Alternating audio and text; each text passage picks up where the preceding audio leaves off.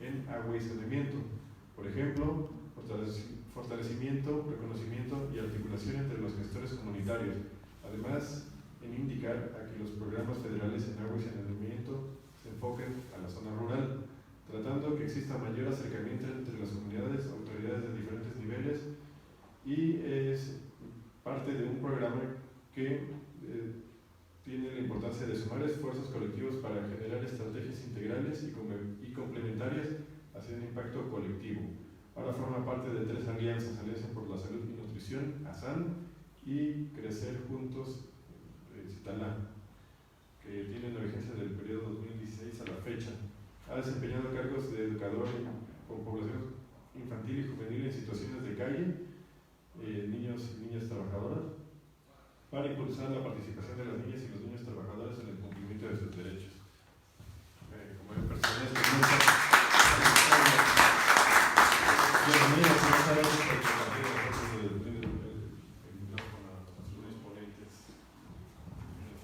muchas gracias, Enrique, muchas gracias, Natalia, por la invitación.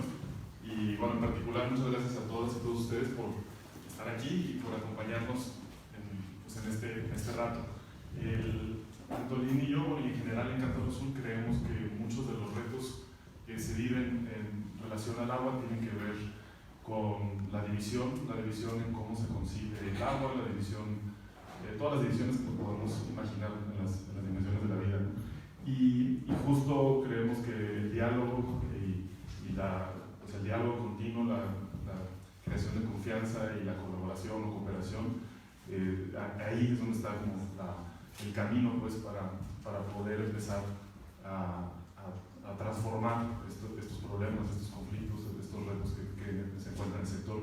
Entonces hoy lo que queremos hacer es pues iniciar un diálogo con ustedes y al principio lo que vamos a representar, Antolín y yo, es como el diálogo entre la política pública y los saberes locales. Y con eso, bueno, entonces vamos a empezar primero con la construcción, lo que entendemos, pues, de la política pública relacionada con el agua en México, cómo esto ha generado, cómo esto ha chocado, o esto cómo se ha vinculado con los saberes locales. Después, cómo desde Cántaro Azul, como una organización de la sociedad civil, hemos entendido esto, hemos generado acciones, cómo esas acciones también se han encontrado con muchos retos y los aprendizajes que hemos tenido al respecto, y finalmente dónde nos encontramos ahorita. Entonces, bueno, pues empezaremos con la parte de política pública, y un poco para representar a veces la distancia que hay, ¿no?, entre la política pública y los saberes locales. Vamos a poner este saco. Entonces, bueno, en México la política pública actual realmente empieza en los 80s, 90s, pero digamos vale la pena retomar de manera muy rápida un poco su historia. Por ejemplo, con la creación de la Dirección de Aguas, Tierras y Colonización en 1917, pues, justo el proceso de la Revolución. Después la Comisión Nacional de Irrigación, que jugó, es realmente ahí donde agarra mucha fuerza, pues, el sector hídrico. Eso fue en 1926, y de 1926 en las siguientes décadas, bajo esta comisión, y después la Secretaría de Recursos Hidráulicos en 1946, me parece, realmente se genera una política muy fuerte en México, con muchos recursos, con algunos argumentos, o sea, principalmente bajo una perspectiva de irrigación, también a veces pensada en cómo México fue perdiendo su frontera en el norte, entonces cómo se podía desarrollar el norte para proteger al país, o para tener este como frente. Y llegó a puntos en donde gran parte del presupuesto federal iba enfocado a las obras de irrigación, a las obras que tenían que ver con agua, pero pues mucho con esta perspectiva de agricultura y de desarrollo. Después, en 1976, se crea la Secretaría de Agricultura y Recursos Hidráulicos, y no es hasta 1989 que inicia la CONAGUA, la Comisión Nacional del Agua. Esto también sucede, pues, cuando México empieza también el neoliberalismo, y es muy importante como tener eso en cuenta. Entonces, cuando se crea la Comisión Nacional del Agua, viene con mucha fuerza en la parte agrícola, con mucha fuerza en la parte de creación de grandes presas. México en algunos casos se vuelve como un modelo internacional en cómo desarrolla este tipo de intervenciones. pero aunque sí hay acciones relacionadas al agua y al saneamiento, en general se enfocan en las ciudades y muy poco va hacia la parte rural. En los 90s viene la epidemia de cólera en toda América Latina, pega fuerte en México, y eso hace un cambio pues, en la política pública, y se empiezan a crear métricas, objetivos e inversiones que van hacia el agua y saneamiento en las comunidades rurales. Después también, en ese periodo, en los 90s, empieza con el neoliberalismo, el Estado empieza a reducirse, pues, a reducir su intervención también, el número de personas que estaban en las secretarías y en la Comisión Nacional del Agua se empieza a ser cada vez más chico, y empieza a haber un proceso de centralización de la infraestructura hidráulica. Entonces, por ejemplo, lo vemos en los distritos de riego, donde la infraestructura era manejada por la Secretaría de Agricultura y Recursos Hidráulicos y después por la CONAGUA, y empieza a detonar a la Comisión Nacional del Agua la conformación de distritos y unidades de riego y transferirles la infraestructura a estas unidades. En estas unidades y distritos que, digamos, representan a los usuarios. Entonces vemos, por un lado, en la parte agrícola vemos que una entidad como la Comisión Nacional del Agua sí toma en cuenta la parte social y de una forma no perfecta, pero por lo menos intencionada, genera un programa para poder crear asociaciones y que esas asociaciones tengan representatividad, como ahora es la asociación la ANUR, la Asociación de Unidades, me parece, Unidades de Institutos de Riego, que tiene un nivel importante en la representación de esos sectores, y hace esa transferencia de la infraestructura. Sin embargo, en ese periodo de tiempo también es la descentralización en México en general hacia los municipios, y entonces la responsabilidad de los servicios de agua y saneamiento pasa a los municipios, pero sin ningún proceso de transferencia de tecnología, de transferencia de conocimiento, transferencia de la misma infraestructura, y mucho menos, digamos, a los municipios que se encuentran dispersos en el país, en el sureste del país. Se crea un programa que es llamado PROSAPIS, un programa de agua y saneamiento rural, en donde se empiezan a concentrar las inversiones para tratar de lograr una mayor cobertura de agua entubada y saneamiento en el contexto rural, pero esto pues tiene un enfoque, aunque es un programa que va evolucionando y va integrando elementos también de fortalecimiento de capacidades y fortalecimiento institucional, en realidad es un programa que se enfoca solamente en la instalación de infraestructura. En los primeros años todavía el programa logra retomar como algunos elementos de comunicación para el desarrollo o de metodologías más sociales para hacer un poco esa transferencia, pero en realidad muy rápido empieza a ser capturado y se empieza a ver como un mecanismo también para distribuir contratos a empresas que participaron en campañas políticas, empresas que tienen a lo mejor una experiencia en el contexto urbano o en la construcción de caminos, pero que no tienen ninguna experiencia en el contexto de agua y saneamiento rural. Y por ejemplo, en los últimos años pues, se llega a invertir el 98% de los recursos del PROSAPIS en la contratación de infraestructura y menos del 2% en el desarrollo de capacidades y fortalecimiento institucional. Entonces, pues empezamos, México sí presume, por ejemplo, todavía a nivel internacional que tenemos el 94% de cobertura de agua y de saneamiento, pero pues también en ese periodo de tiempo en México pasa que el agua potable ya no es un sinónimo de agua que nos podamos tomar, es un sinónimo de que existe una tubería, pues, y que a veces sale el agua de ella, ¿no? y mucho más pronunciada esta deficiencia en la calidad de los servicios en el contexto rural. También, como reforzando estos indicadores pues, de cobertura de infraestructura, se generan en 2000 se generan los Objetivos de Desarrollo del Milenio, que también se enfocan a tener acceso a fuentes mejoradas.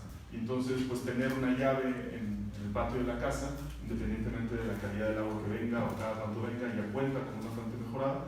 Y entonces en México, esos indicadores con los que se compromete México, pues refuerzan esta perspectiva como de infraestructura, ¿no? De seguir invirtiendo en infraestructura.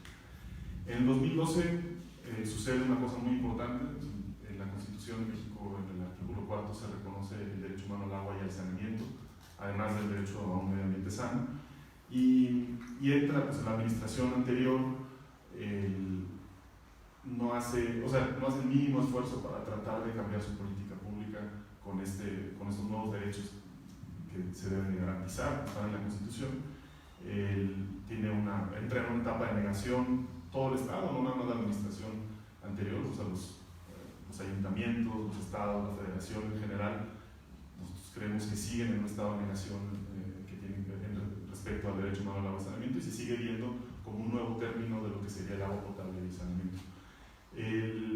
Se empieza, en estos cambios que mencioné de las comisiones, direcciones o secretarías relacionadas con agua, casi siempre venían con un cambio muy cercano a las leyes que regían el tema del agua. Y cuando en 2012 se crea este derecho en la Constitución, hay un transitorio de que en menos de un año tiene que existir una nueva Ley General de Aguas que pueda distribuir competencias entre los tres niveles federales, entre los tres niveles de gobierno, el municipal, el estatal y el federal, para crear los mecanismos de garantizar el derecho humano al agua y saneamiento.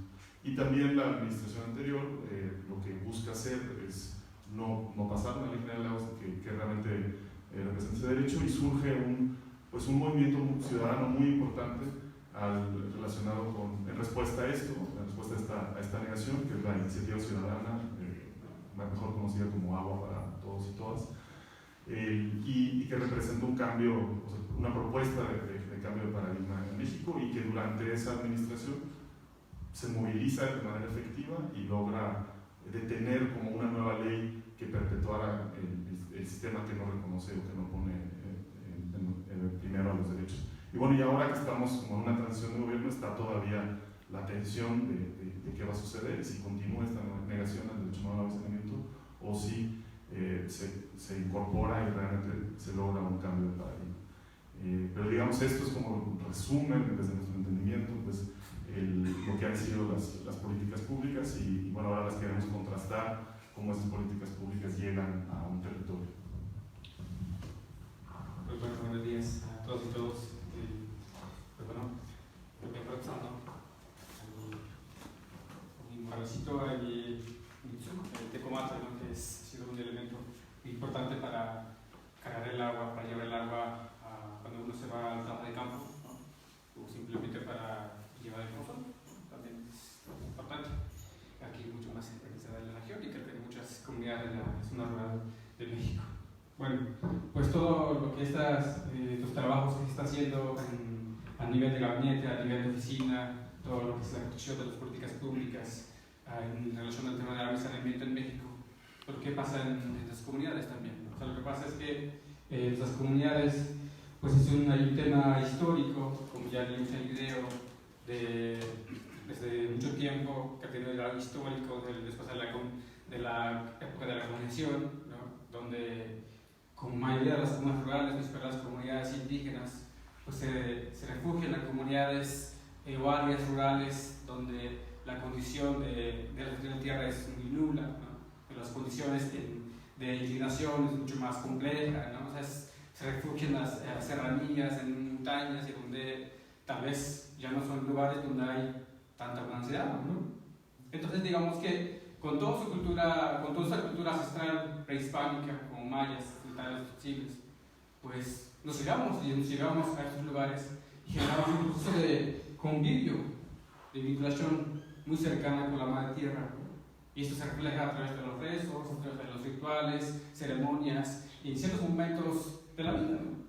Vincular a la siembra, a la cosecha, y en otros momentos, pero también otros momentos cruciales que tienen que ver hacia la ceremonia en relación al agua, para pedir la abundancia, hablar de que abre la tierra, hablar al lago, que pues, lo que usamos al agua como un elemento de vida, como un elemento de sangre, que puede escuchar y puede sentir también igual que nosotros, porque sabemos que es hay un elemento de complementariedad entre la vida humana, la persona, y la madre naturaleza y la madre tierra, ¿no? Entonces, por eso existe esta complementariedad que viene no desde ahorita, sino desde un tema de construcción ancestral, ¿no?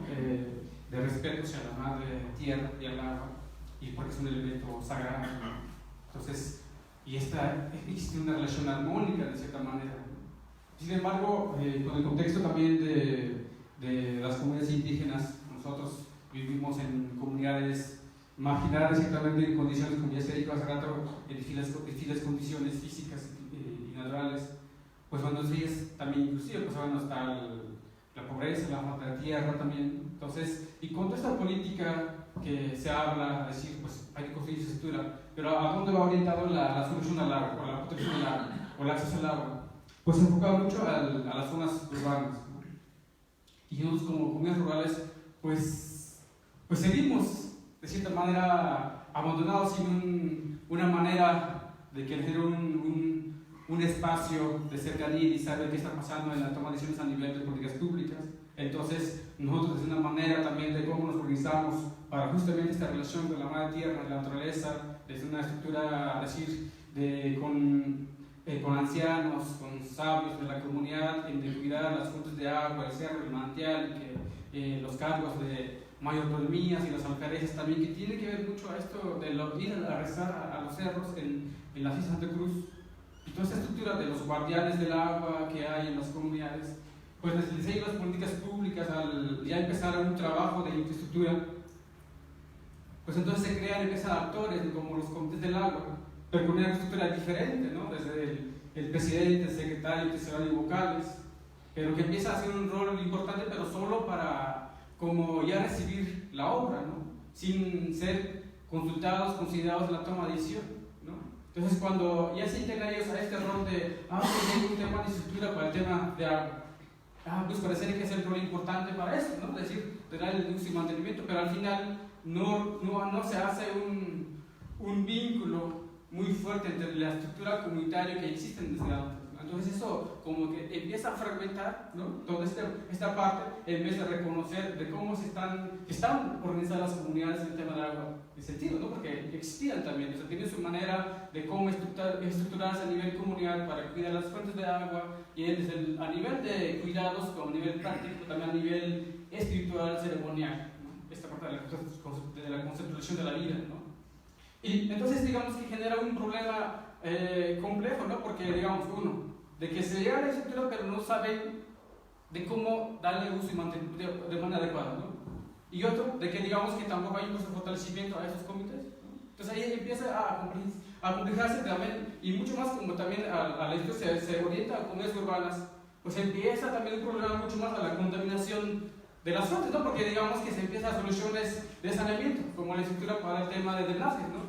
¿Y a dónde va todo esto? Los drenajes se van a las fuentes de agua, ¿no? O sea, lo poco agua que hay, digamos, en los ríos y manantiales, pues se viene justamente a eso. Entonces se hace una situación mucho más compleja, en vez de ir solucionando los problemas de agua. Las comunidades rurales se hace mucho más difícil, porque entonces, aparte de la escasez de las fuentes naturales que hay en las comunidades, tanto pozos, manantiales, pues cada vez más se hace más complejo, aparte de que esto de lectura a comunidades urbanas y que los aguas residuales se vierten a los ríos y manantiales, pues también es aunado también a un proceso de crecimiento poblacional, ¿no? Tanto en las comunidades urbanas y las comunidades rurales, pues hace que todas las fuentes de agua se empiecen a contaminarse, ¿no? Y es donde surgen estos problemas también de problemas de enfermedades gastrointestinales como la cólera y otras cosas. Se hace mucho más complejo todo esto, ¿no? Entonces, ese es como lo que se hace, como decir, entre un problema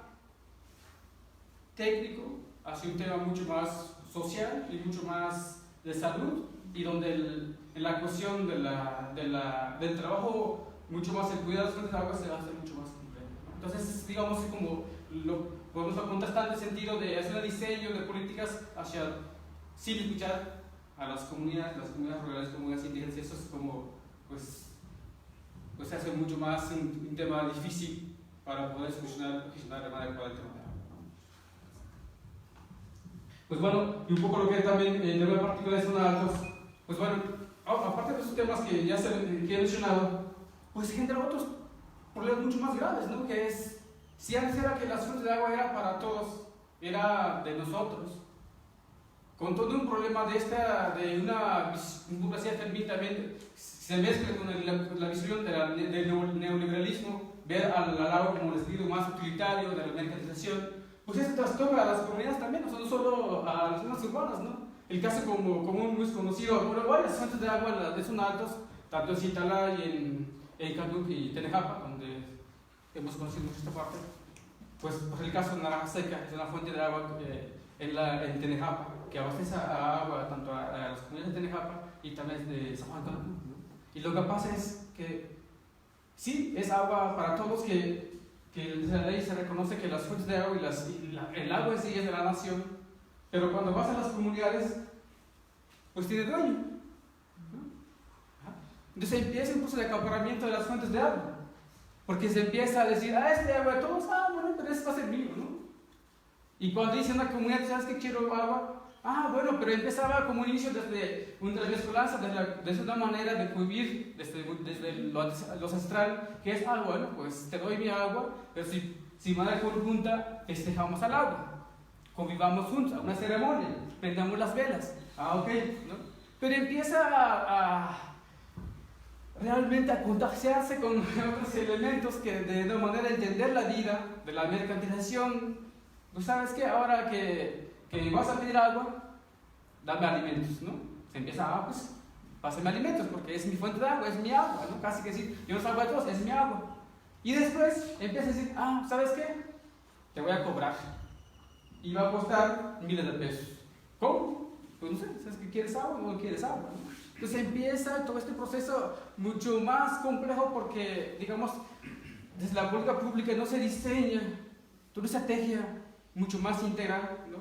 Se ha enfocado mucho en el tema de estructura, pero tampoco genera una estrategia de cómo cuidar las fuentes que sí son de la nación, pero tampoco se cuidan, ¿no? Es decir, y tampoco de las comunidades se empieza a trastocar todo este elemento de si es de todos, pero de quién es, ¿no? Empieza alguien, desde un ranchero, desde un propiedad particular que se vincula con un político de gran prestigio, pues ya, ¿sabes qué? Tiene un respaldo, ok, te respaldamos y vas a ser tu fuente de agua y puedes cobrar, ¿no? Entonces ya no se genera un mecanismo de cuidado de todas y todos esta fuente de agua. Entonces ese es como lo que está pasando, lo que ha pasado, desde mi parecer, lo que ha faltado en el diseño de las políticas públicas y realmente tener un buen mecanismo de poder, una visión integral, ¿no?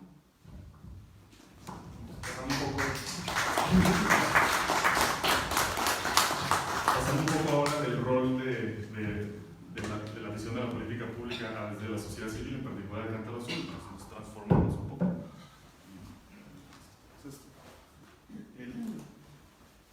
Entonces, antes de empezar Cántaro Azul nos encontramos, ¿no? con esta gran división. Y por ejemplo, uno de los momentos claves éramos un grupo de estudiantes en la maestría, un poco antes de la maestría, haciendo investigación sobre cómo se manejaba el agua en las comunidades rurales, y hubo momentos como el escuchar a la gente del equipo de salud, del secretario de salud, diciendo, bueno, es que la gente no hierve el agua o no le echa cloro porque son flojos o porque no les interesa su salud, y de repente reconocer esta como falta de diálogo, falta de empatía, como gran separación, ¿no? entre un grupo y otro, y eso fue en gran parte lo que nos llamó a decir, bueno, aunque pues éramos personas con poca experiencia, pocas herramientas, dijimos, bueno, tenemos que empezar a cubrir estos espacios que hay y empezar a generar pues, caminos de conversación y de colaboración.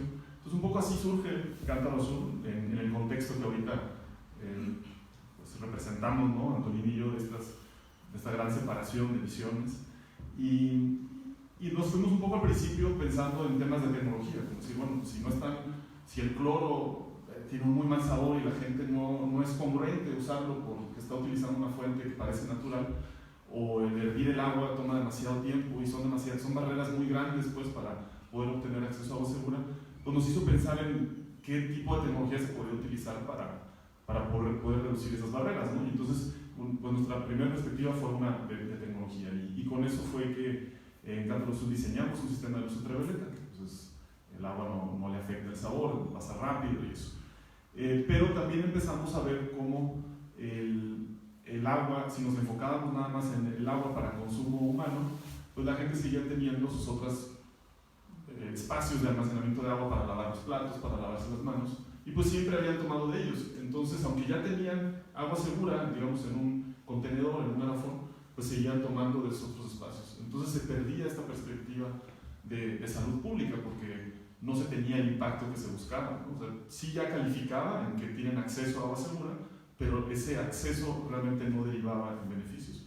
De la misma manera empezamos a ver cómo, tanto en las políticas públicas que nos tocó evaluar a lo largo del PROSAPIS en más de 300 comunidades del país, como en nuestra misma práctica, empezamos a ver cómo el pensar nada más el enfocarse nada más en infraestructura, pues nosotros decíamos que empoderaba, ¿no?, a las familias o a las comunidades a tener acceso a agua segura, pero no veíamos que también transfería responsabilidades, y esas responsabilidades como ocultas, ¿no?, de operar el sistema, de darle mantenimiento, de ser proactivo cuando algo falla, irlo a resolver. Y entonces, ¿qué pasa cuando hay una comunidad o una región que tiene desigualdad? Pues que las familias o las comunidades que están mejor organizadas, tienen más recursos, pues esas responsabilidades ocultas las podían absorber, pero las que vivían una vida más compleja, pues no absorbían esas responsabilidades y entonces no derivaban los beneficios de esta infraestructura que supuestamente les iba a empoderar. Entonces vimos cómo cuando se enfoca una política pública o nuestra práctica en la infraestructura, pues no tiene una visión de salud pública, ¿no? Sino que sigue creando, o sea, cae en una estructura de inequidad y sigue perpetuando esa inequidad. Entonces eso empezó a hacernos cuestionar mucho, pues, de cómo deberíamos de trabajar, y entonces empezamos a enfocarnos más a lo que le llamábamos como el fortalecimiento de la gestión comunitaria, o en particular retomar, o sea, transformar estos comités que veíamos que se creaban nada más para las obras por parte de las inversiones de Conagua y de los estados y los municipios, y decir, en vez de tener un comité con esa estructura vertical nada más para organizar la obra, ¿por qué no tratamos de crear un modelo de servicio, ¿no?, a lo que le llamamos la red comunitaria del agua, donde las personas reconocieran que más bien tenían que absorber responsabilidades de manera continua en el comité y no nada más el movilizar a la gente cuando se va a construir algo? Y entonces, bueno, vimos una persona enfocada en lo social, otra en la parte de calidad de agua, otra en la parte tecnológica, y creemos hay que crear un mecanismo en que, pues, la gente pueda participar mensualmente, digamos, una aportación. Al principio decíamos 50 pesos al mes para que pueda de ahí salir el salario de las personas, seguir construyendo un servicio. Y bueno, dijimos, no, pues 15 pesos para empezar, y con eso se pueda generar un fondo donde puedan salir los gastos de operación y mantenimiento. Pero también esa aportación nos interesaba mucho porque decíamos, si una familia que tiene ya su sistema de agua en la casa, si en realidad no está viendo un beneficio de él, pues no va a querer seguir pagando esos 15 pesos, entonces pues va a dejar de pagarlos, y esa va a ser una señal muy saludable, ¿no?, porque nos vamos a dar cuenta de que algo no estaba bien. Esto en contraste con todo la política pública que llegaba y regalaba todo, y no está mal regalar y no está mal subsidiar, pero no te da una retroalimentación de lo que se está haciendo está bien o no, porque todo el mundo lo acepta, ¿no?, y no se queja. Entonces veníamos con esta dinámica de decir, creemos un programa de redes comunitarias pensado en una estructura de servicio, donde a través de lo que hace un modelo de servicio es no le deposita toda la responsabilidad a cada hogar, sino que es una menor responsabilidad en el hogar, otra responsabilidad en un grupo comunitario que recibe seguimiento, y otra responsabilidad en nosotros. Y eso entonces podemos aspirar realmente a que exista una mejor perspectiva pública y que no se queden más rezagados los que ya están más rezagados. Y esta parte económica, pues, continua, además de ayudar a generar recursos para la sustentabilidad, también crea un mecanismo de decirnos si las cosas están funcionando o no. Entonces en Cátaros fuimos construyendo este programa de redes comunitarias que tomaba distintos tipos de tecnologías caseras, kioscos comunitarios donde se llenan garrafones, digamos, purificadoras comunitarias donde se llenan garrafones, y también sistemas de agua entubada que tratábamos de crear este servicio, ¿no? Y sentíamos que eso realmente iba a contribuir a poder crear a transformar y que la gente sí pudiera consumir agua de manera continua, y con eso tener una mejor salud. Pero bueno, con todo esto, digamos, todo esto de manera de cómo generar una atracción a las comunidades con esta manera de entender para solucionar el problema de agua y que tengamos agua segura tanto en la casa y para todas y todos. Pues digamos que bueno, yo personalmente tengo un rol de este proceso, de cómo se habla de Soquilcental, ¿no? Y que pues ahora es ir a las comunidades con esta idea, pero nos encontramos de que dicen, ¿sabe que ustedes son de las organizaciones, son de afuera, ¿no? Y nosotros somos de la comunidad, entonces siempre nos vienen a decir de qué tenemos que hacer, y pues bueno, y también viene lo del programa Prospera, nos dice que tienen que lavar las manos, tienen que barrer el patio, y que tenemos que tratar el agua, ¿no? Y pues bueno, dice, pues bueno, eso lo dicen, pero de repente pues hay muchas cosas que no suceden, ¿no? Es decir, pues yo no tengo leña para ir al agua, ¿no? Y aparte no tengo tiempo para hervirlo, y aparte no me gusta el olor de agua a humo, ¿no? Entonces digamos como, pues, y aparte, ¿cómo voy a tomar agua hervida, así caliente, si ahorita tengo sed? ¿No? ¿Cómo voy a esperar de que voy a hervir mi agua porque regreso del trabajo? Pues y sé que mi esposa también va al trabajo de campo, entonces ¿cómo voy a hacer eso? ¿No? Entonces, eso. Y aparte me dice que tengo que limpiar, y bueno, pues mi piso el piso que tengo en mi casa es de tierra, ¿no? Entonces es como eso, ¿no? ¿Ok? Pues con esta entonces veíamos, que es importante entonces que pues la confianza, la convivencia con las comunidades, con las mujeres.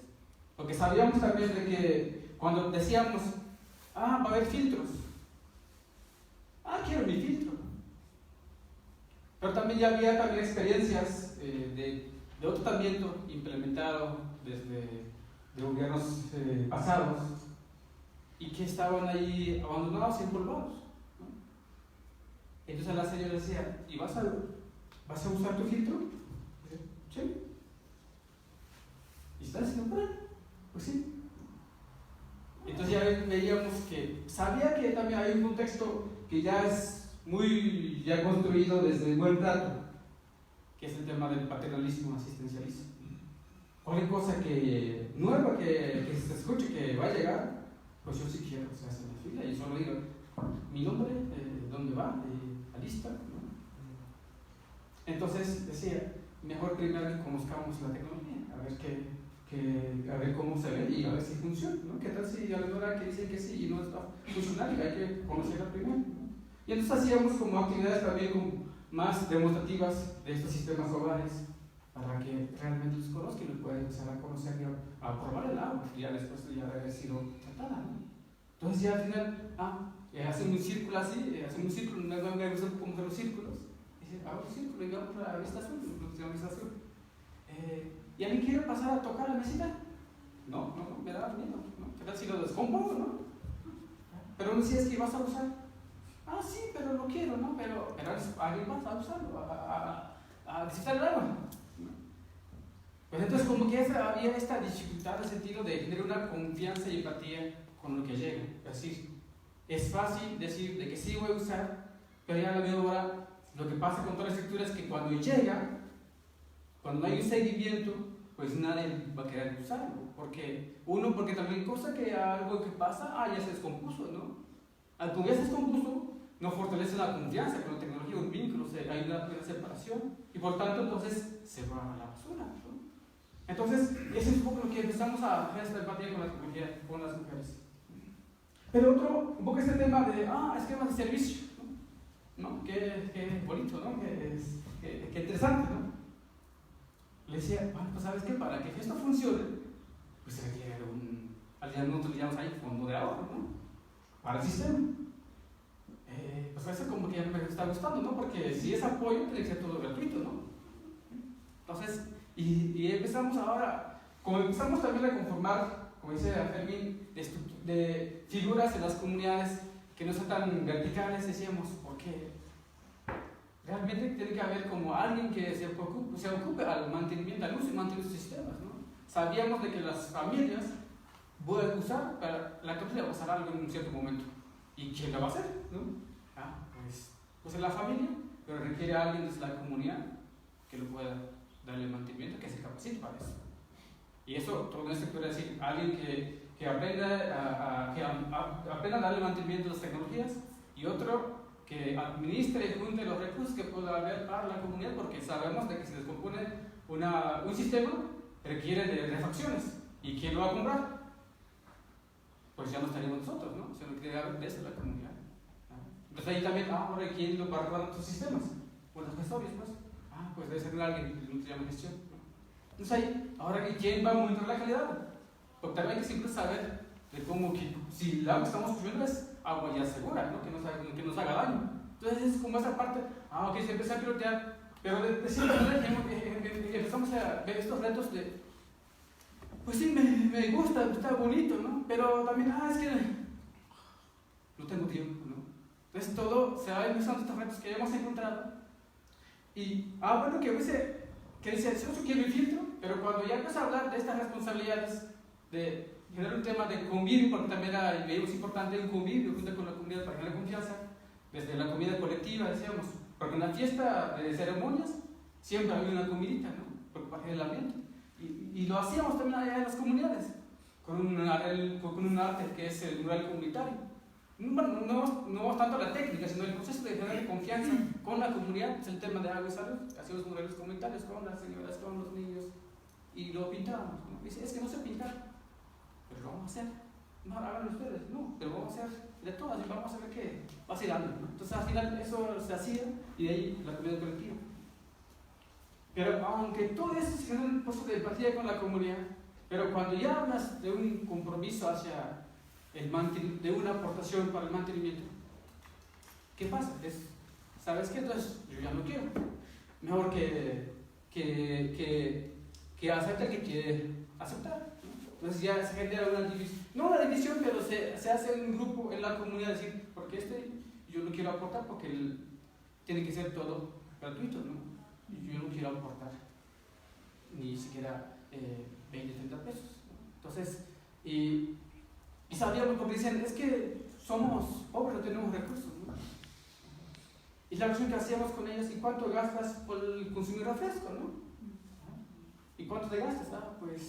Pues a veces compro un jumbo diario, ¿cuántos 5 jumbos a la semana? ¿Y cuánto cuesta este jumbo refresco? Pues ahí dice, pues hay ciertos costos, ¿no? Entonces, pues 50, 60 a la semana, ¿no? Entonces, ¿por qué no aportamos 15 pesos al mes? Ese es como decíamos, ¿no? Y pues, algunos dicen, pues sí, dentro porque sí que es importante para el mantener, porque sé que se va a descomponer algún ecosistema, ¿no? Entonces, todo este reto que hemos encontrado de que es fácil, digamos, como construir la idea, conceptualizar la estrategia, pero ir ya a negociar con los actores, con la comunidad, con la familia y con las señoras, porque también a fin de cuentas lo que nos ha pasado es que, ¿y quién vive mucho más el tema del problema del agua? Para el tratamiento, que es prender el fuego y la seguridad, que digamos que ahí es un tema importante, ha habido como también accidentes, ¿no? De correr el agua en las comunidades. Entonces, a veces las señoras, yo sí quiero, ¿no? Pero como implica el toma de decisión a nivel familiar, dice el marido, pues no tenemos dinero, ¿no? ¿Y por qué tienes que ir por esto? ¿Y por qué tienes que aportar? Entonces a veces la señora dice que está con ganas, inclusive haciendo un rol, hace inclusive el apoyo, un apoyo social que recibo, de lo que recibo, en vez de que yo dé mensual, doy cada 2 meses, porque cada 2 meses recibo mi pago, ¿no? Y de ahí lo abono, ¿no? Entonces, pues esa es como esta experiencia de un tema de empatía hacia de construir un proceso de gestión de la comunidad, y que entonces cómo hacer responsable, sí, de sus propios retos, y que entonces de ahí vamos como construyendo hacia un tema de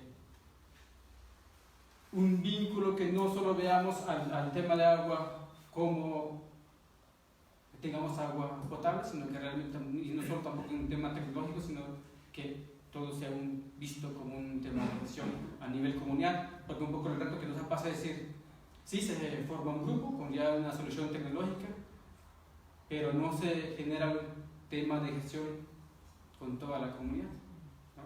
Entonces ahí es lo que estamos invita también a que vayamos como, aparte de esta estructura que hemos generado, a que se reconozcan de la comunidad y que vayamos vinculando con los comités del agua, porque al final también los comités del agua no están reconocidos en sus comunidades, ¿me doy cuenta? Y a veces sí, pero el tema de agua no está tan posicionado en la comunidad, hablando ya de un tema de pedir un presupuesto. ¿Y qué se pide en las comunidades a veces?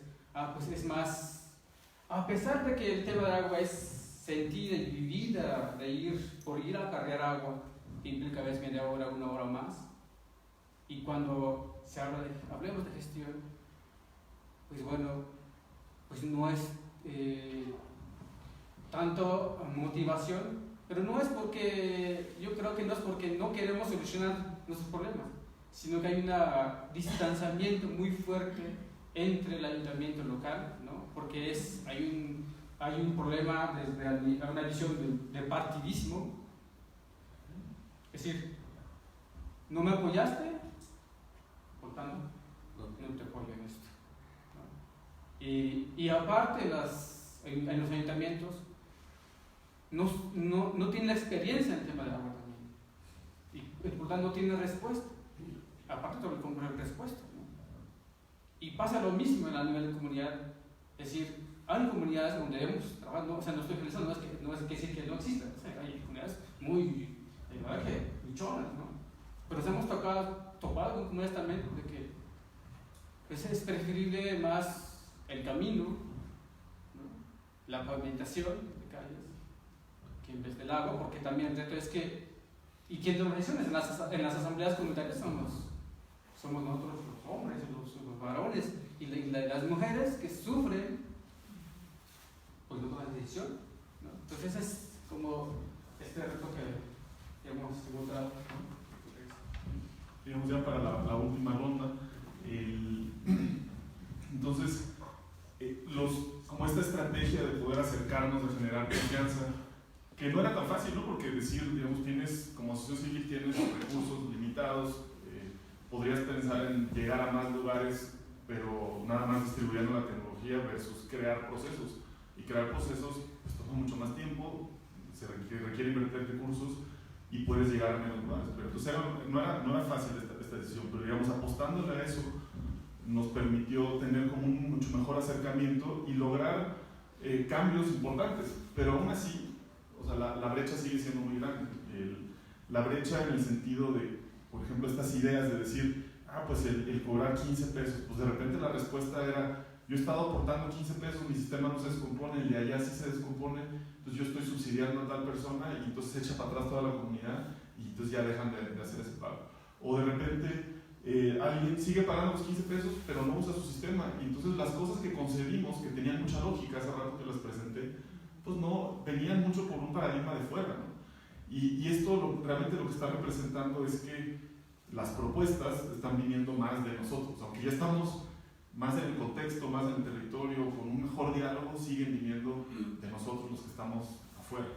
Y entonces en eso lo que nuestra reflexión nos ha llevado a realmente buscar crear un diálogo al mismo nivel, y para eso creemos que es muy importante detonar una asociatividad entre los comités de agua, entre las organizaciones comunitarias de agua, y que existan organizaciones que las representen directamente, ¿no? O sea, en Cántaro Sur nosotros estamos enfocados al tema de agua en las comunidades rurales, pero no les representamos de manera oficial. Entonces, gran parte de nuestro trabajo ahorita y apuesta, es decir, si queremos ver estos cambios importantes en el sector, si queremos realmente reducir esa brecha de diálogo, se necesita detonar una representatividad de la gestión comunitaria del agua que se pueda sentar al mismo nivel con organizaciones como nosotros, con los ayuntamientos, con el Estado y la Federación. Entonces, gran parte del enfoque ahorita de Cántaro Sur es ver cómo lo detonamos eso. Ahora, no es fácil porque esto de la asociatividad, aunque busca tener ese diálogo uno a uno, sigue siendo una idea que viene más de nosotros que de las comunidades, es decir, sí vamos a organizarnos entre comunidad y comunidad para poder tener esa representatividad.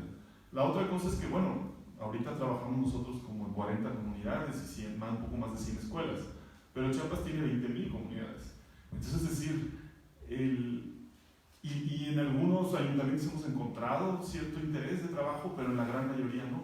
Entonces, ¿qué se tiene que hacer al respecto? Pues bueno, otra cosa que creemos que es importante es poner a prueba qué tan fuerte es qué tan útil para procesos de exigibilidad es tener un derecho en la Constitución.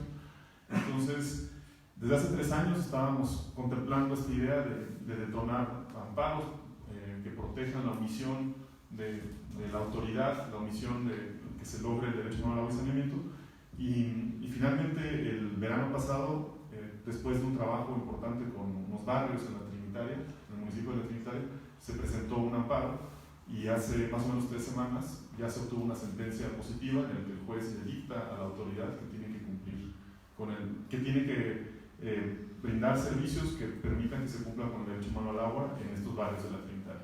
Y eso pues es muy interesante porque si no lo cumplen, entonces se remueve a la autoridad de su puesto, ¿no? Entonces se vuelve un mecanismo de exigibilidad o es la promesa de un mecanismo de exigibilidad que realmente tenga dientes. Todavía es un proceso de aprendizaje, ¿no? Es del tiempo que toma presentarlo. Fue una cosa que tratamos de detonar en comunidades de los Altos y encontramos una gran brecha entre poder apropiarse de lo que son los derechos y realmente tomar acciones para ejercer de manera jurídica esos derechos, pero pues creemos que tenemos que seguir cultivando esta idea y ver hasta dónde puede llegar y hasta dónde eso puede hacer cambiar en esta cosa que mencionaba yo de que existe todavía una negación del derecho humano al agua y saneamiento, cómo podemos utilizar este tipo de mecanismos con dientes para cambiar e incidir en cambiar esa negación. El otro tema también es un poco relacionado justo uniendo la representatividad de la gestión comunitaria del agua con la responsabilidad que tiene la autoridad, es crear mecanismos, y en eso hemos estado, mecanismos donde se puedan juntar, ¿no? Mecanismos legales donde se puedan juntar.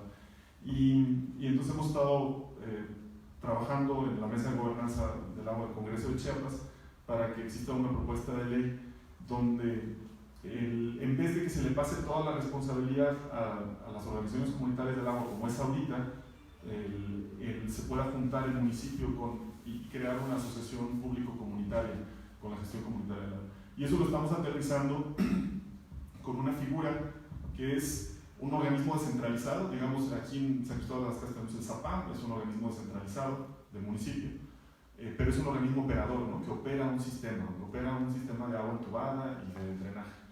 Pues nosotros creemos que lo que se necesita es un organismo descentralizado que fortalezca la gestión comunitaria del agua y la acompañe, no que opere y no que se meta a operar y cambiar mucho la forma en cómo sucede en la comunidad, pero que sí ayude a crear las condiciones para que la gestión comunitaria del agua pueda detonar todo su potencial.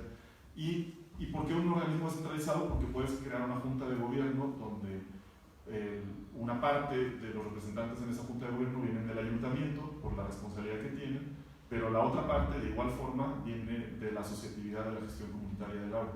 Y entonces ya es un espacio donde es justo lo que decíamos, un espacio donde pueden verse de uno a uno. Y por último, bueno, creemos que este tipo de cosas, por ejemplo, también nos ha costado mucho trabajo en Los Altos, pero tuvimos una muy buena respuesta en Berriozábal. Entonces en Berriozábal es muy probable que ya en el siguiente mes se cree el primer organismo municipal de servicios comunitarios de agua y saneamiento en México. Y creemos entonces que se tiene que dar como, bueno, ahora Chiapa de Corzo parece que está interesado, estamos desarrollando una relación con el nuevo ayuntamiento de Tenejapa, donde puede generarse interés sobre esto, pero también vemos a los ayuntamientos, aunque tengan esa voluntad, los recursos económicos no están, ¿no? O sea, regresando un poco a la política pública, en el 2014 se invertían más de 6,000 millones de pesos en inversión de agua y saneamiento por parte de la Comisión Nacional del Agua, y ahorita son menos de 2,000, ¿no? Entonces hubo una reducción dramática, que es regresiva en términos de los derechos que tenemos, y entonces decir, bueno, pues en ese contexto donde hay menos recursos todavía, pues para los ayuntamientos también es muy difícil hacer estos cambios, ¿no? Entonces estamos tratando de decir, bueno, para esta nueva administración, tanto estatal como federal, pues pensar en que se enfoque en unas microcuencas como, digamos, la cuenca de Jovel, más Tenejapa, por ejemplo, más algunos municipios de Los Altos,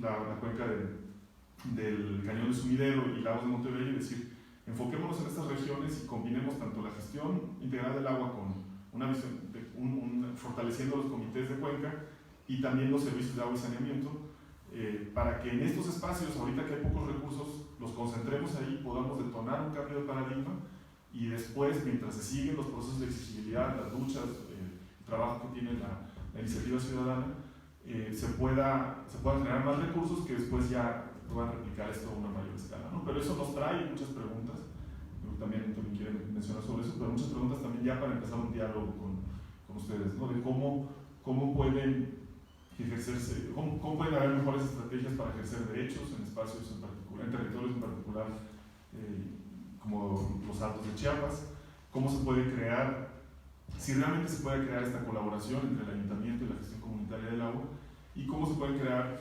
formas de colaboración entre las comunidades, los ayuntamientos, el Estado y la Federación para transformar estos retos. Pues bueno, hay un reto, como dice Fermín, de acercamiento entre la comunidad y a los programas federales, ¿no? Incluso en el mismo ayuntamiento, en el tema de agua. Y pues evidentemente el reto es que no hay una voz que represente a la acción comunitaria de agua. Aquí son altos también, o sea, me refiero que estemos cuestionados, ¿no? Uno, el reto aquí es que si lo hablamos del derecho humano a agua, pues no se habla mucho este tema en las comunidades, no lo hablamos. Hay un tema muy profundo, el tema de la desinformación, ¿no? Y esto refleja a que no podamos, si desde visto desde el punto de vista del derecho, no podemos exigir, porque ahora no tienes como el instrumento para poderlo hacer porque no lo conocemos, ¿no? Entonces, y claro, también porque hay una manera también de cómo se solucionan los problemas, una solución de necesidad, o cómo se solucionan los problemas sociales de las comunidades que se basan en sus costumbres también, ¿no? Entonces, y es como de repente genera tensión, ¿no?, entre lo legal o la legalidad y los usos y costumbres también, ¿no? Entonces eso, creo que ese es un reto, y invita, pues hay una tensión ahí, digo yo, ¿no? Pero que mientras el actor de las comunidades indígenas no estemos posicionados, pues va a ser mucho más complejo poder negociar a estos niveles de toma de decisiones, ¿no? E inclusive cuando vamos a eventos, ¿no?, por el simple hecho de que, pues ya mucho ya sabemos cómo es toma de decisiones de otros niveles. Cuando vas diciendo solo echamos la agua, como que ya de entrada te dice, yo un poco por el correo, y inclusive por la estatura también, ¿no? Ese es real en las decisiones políticas públicas, ¿no? Entonces, y pasa cuando quieres invitar a un comité de agua de la comunidad occidental y no sabe expresar bien el español, pues ya con eso nos quedamos casi que sin el agua, el recurso para negociar, ¿no? Porque justamente hemos hecho encuentros a otros lugares en zonas hemos hecho encuentros también con estos diálogos y se discuten los temas. Pero cuando ya se sale a otro lugar, que otros actores de otros estados y otros países, y lo que digo, ¿no? Porque hay una dificultad de poder verbalizar, de poder decir lo que tú sientes, lo que vives, ¿no? Porque ya no estás en tu contexto, ¿no? Entonces ese es como el reto, ¿no? Entonces digamos, y el reto de cómo también de poder detonar este actor que puede posicionar el tema de agua en acción comunitaria, es que a pesar de que el agua es visto como agua de todos y de todos, pero se ha trastocado hacia un tema de decir, es mi problema y no es el problema de todos. Entonces, no se genera el movimiento, porque, y aparte como no que si todos son así es, y Chiapas pues es diferente, pero en otras comunidades donde hemos estado, las fuentes de agua están en propiedades particulares. Tiene un dueño.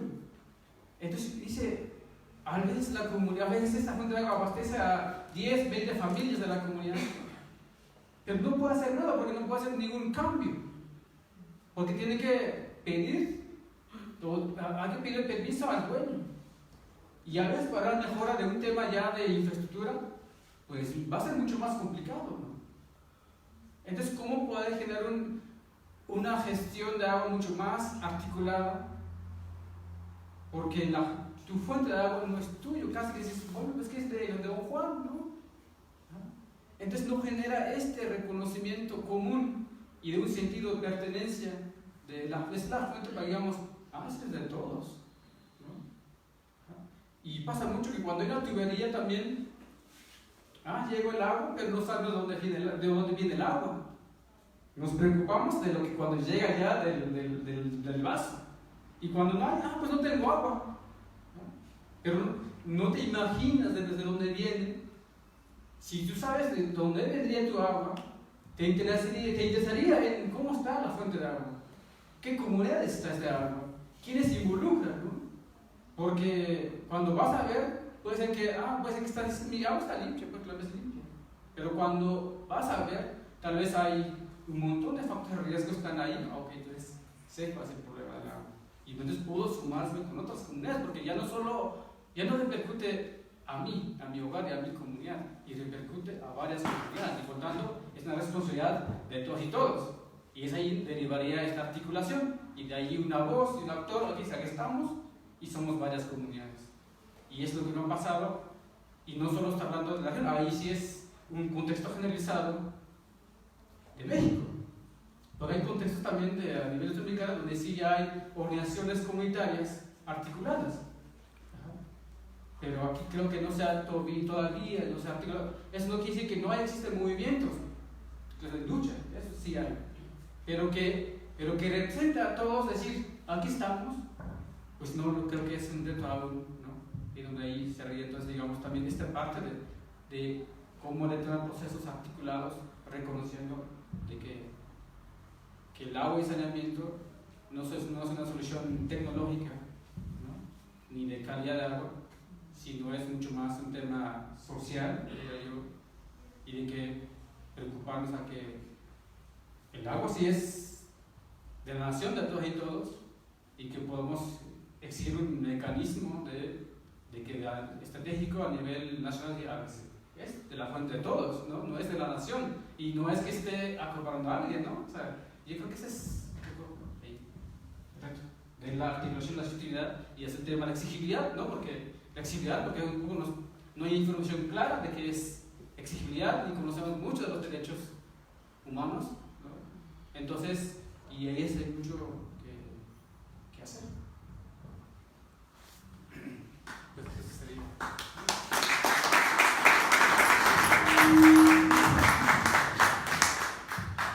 Muchas gracias por su participación. Como de costumbre, siempre nuestros ponentes tienen información, perdón, estoy muy diciendo esto. Información muy útil, ¿no? Y bueno, supongo que tienen alguna pregunta o alguna duda. ¿Me dice su nombre y de dónde viene, por favor? Jorge Luis Suárez, soy rector de la Universidad Intercultural de Chiapas. Por una feliz coincidencia, están ustedes aquí porque yo ya estaba pensando en buscarlos, ya andaba tras de Cántaro Azul, porque queremos sumarnos a los esfuerzos que están realizando para resolver un problema de los más graves que pueda haber, que es la falta de agua de calidad. Entonces, en la universidad tenemos carreras que están relacionadas con el tema. Por ejemplo, tenemos desarrollo sustentable, tenemos la carrera de medicina, el agua contaminada tiene implicaciones médicas, como ya lo señalaba muy bien Antolín, ¿no? Entonces, tenemos también lengua y cultura, tenemos también comunicación intercultural. Es decir, son carreras que de alguna manera podemos integrar a un proyecto que busca disponer de agua en las comunidades. Yo veo que están muy avanzados en eso. Todo lo que han estado comentando es sumamente interesante para mí. Reconozco que no había notado la importancia que tiene lo que ha estado comentando, lo que han comentado aquí. Yo más bien me he ido a la cuestión técnica, de cómo disponer del agua. Y la idea que tenemos es muy simple.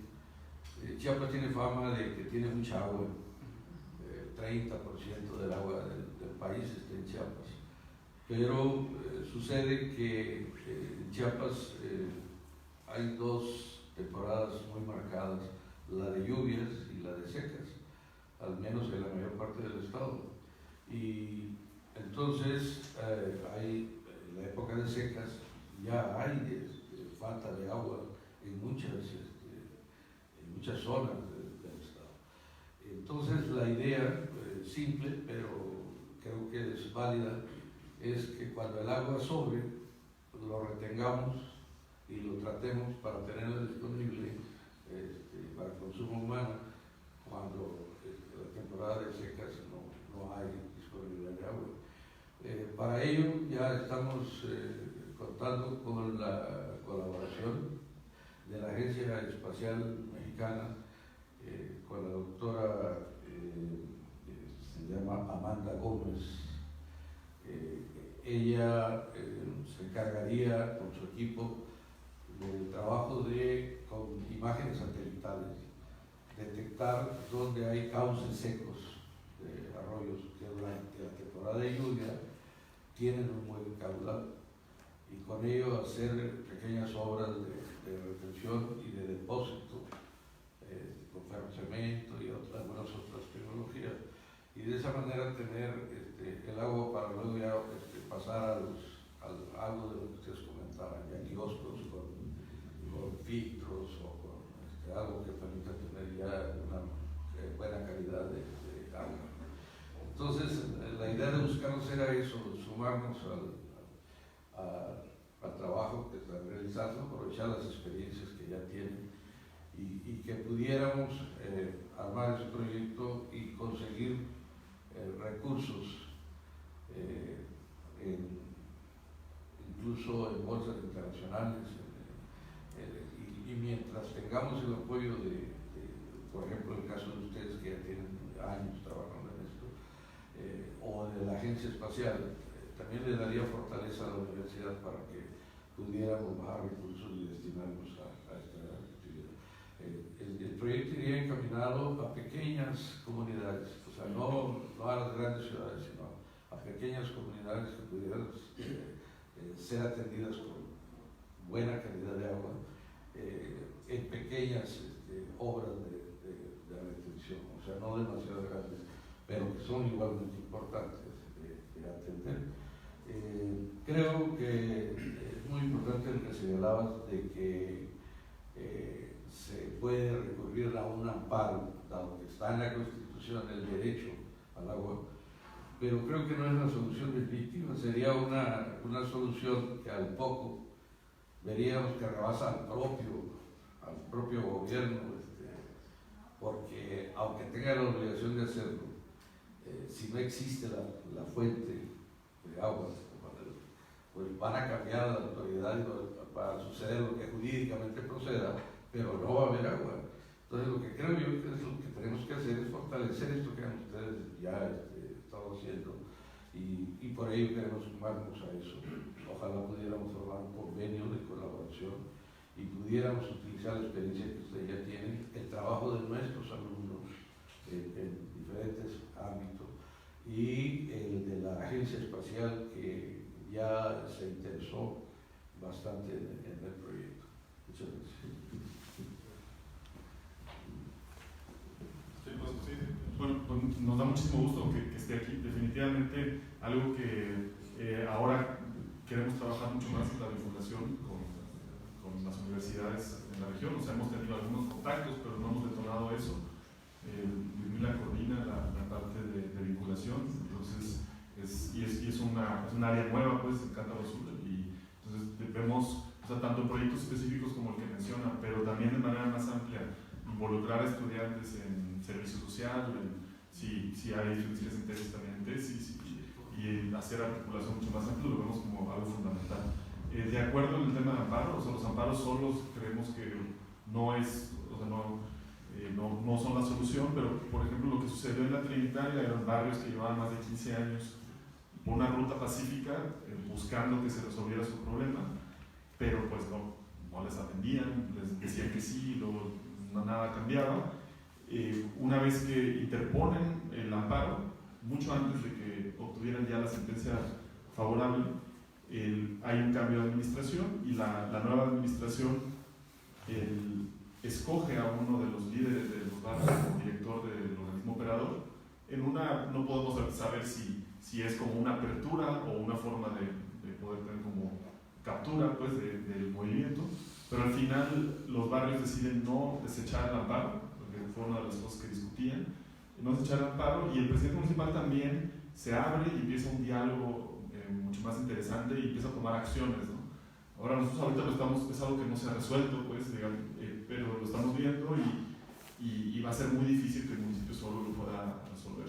Entonces por eso estamos hablando de esta articulación con el Estado y con la Federación, y creemos que en un caso como el de la Trinitaria puede ser emblemático en términos de hacer una transformación de un conflicto a una cooperación, pero sí no vemos que los amparos se deba de quedar solo quien lo recibió, sino si muestra, como en este caso, apertura, una buena respuesta, entonces hay que acompañar y hay que desarrollar todos los mecanismos institucionales para que realmente se pueda transformar lo que está sucediendo con el agua. En términos de la parte, o sea, sí creemos que es crucial, por toda la degradación que hay en las cuencas se está viendo cómo las fuentes de agua no alcanzan, tienen menos disponibilidad, y se requiere tanto de restaurar el suelo, que es como la mejor esponja pues, del agua, como crear acciones puntuales como las que mencionan. Algo que no ha sucedido tanto, que también estábamos como separados, no nada más Cántaro Sur, sino en general las organizaciones que nos enfocamos en el agua y en el hogar y en la comunidad, normalmente no trabajamos con una visión de cuenca, y los comités de cuenca no tienen de manera tan fina el trabajo en los servicios de agua y saneamiento. Entonces ahí creemos que un cambio también muy importante es trabajar mucho más de cerca para poder atacar los temas pues, desde su raíz, ¿no? en un mejor manejo de la cuenca. Entonces, pues muy bienvenidos, nos encantaría poder colaborar, ¿no? Y continuar sumando acciones en esto. Gracias. Soy Fray González Duarte, vicario de Justicia y Paz de la Diócesis, y con muchos años en Chiapas, 40 años, me tocó ver las comunidades solidarias que conjuntamente trabajaban por construir la respuesta a su problemática, incluida el agua, en la selva lacandona. Aunque hay muchos árboles muy bellos, hay zonas secas y necesitaban agua potable, y hubo esfuerzos comunitarios muy importantes basados en su identidad cultural y en su necesidad común. En la etapa neoliberal que mencionaron, se ha estado destruyendo esta identidad cultural, se destruyeron los ejidos a base de la destrucción de la tierra individual, se desmontan las tierras comunitarias y se genera un proceso de individualismo y de interés privado, se contagian de nuestro capitalismo y de nuestro consumismo y de nuestro individualismo y rompen desde el corazón de la comunidad su identidad y el recurso cultural que tenían para atraerse. Todavía hay zonas en donde existe, pero cada vez más débil. Entonces esto hace el reto del problema del agua, porque se perdió este sentido de nosotros, ya es mucho el yo y lo mío, como el caso de la gente que se apropia del agua porque el manantial quedó en su rancho, en la parcela cuando se destruyó el ejido. En fin, Universidad Intercultural inmediatamente hace pensar que necesitamos tener una comprensión también del fenómeno cultural, de la colonización, neocolonialismo que destruye elementos fundamentales de la cultura rural, indígena, en particular en Chiapas, y que quita sustento a iniciativas como las de ustedes. Ustedes tienen que marchar contracorriente porque hay elementos que van desapareciendo y que pueden ser fundamentales para ello. Y la otra parte es la destrucción del ecosistema, la erosión de la tierra, los bosques, etc. Hay muchos arroyos secos ahora, incluidos San Cristóbal de las Casas Chis, que pues está destruyendo sus bosques y está acabando el agua, además de que nos amontonamos acá. Y la inequidad en la distribución de los recursos para el uso del agua. Somos obsesivos acá con el tema de la Coca-Cola, extrayendo cantidades enormes de agua y convirtiéndola en veneno, en enfermedad para la gente. Y es terrible ver el consumo del refresco en lugar de agua. En fin, toda una deformación cultural, una penetración de este modelo que induce vicios y adicciones, reto muy grande.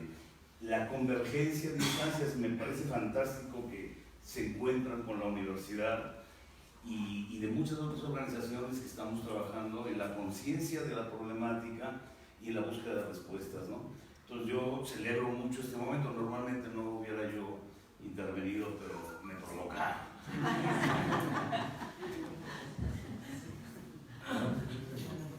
¿Quieren comentar algo, por favor? Sí, pues bueno, muchas gracias, Gonzalo. Pues bueno, qué bueno que después yo estuve en el Shopal y lo conocí hace rato. Bueno, yo creo que es el... Yo creo que también el otro reto que no hemos también podido acercar es el movimiento también desde cultural, pero desde el vinculado con el catolicismo. Me doy cuenta, ¿no? O sea, porque en el video que vi, pues también genera un movimiento de espiritual y cultural, ¿no? Pues ahí también creo que, al final de cuentas, mucho del respaldo, el vínculo de la madre tierra, pues tiene que ver la espiritualidad. Y cuando hay una fuente de agua, hay una cruz, ¿no? Y creo que es, pues igual también, no sé, una buena coincidencia, y me recordó también este video de que, pues creo que es un buen aliado que podemos seguir colaborando y acercando mucho más, y también yo aprender la experiencia de ustedes también. Entonces,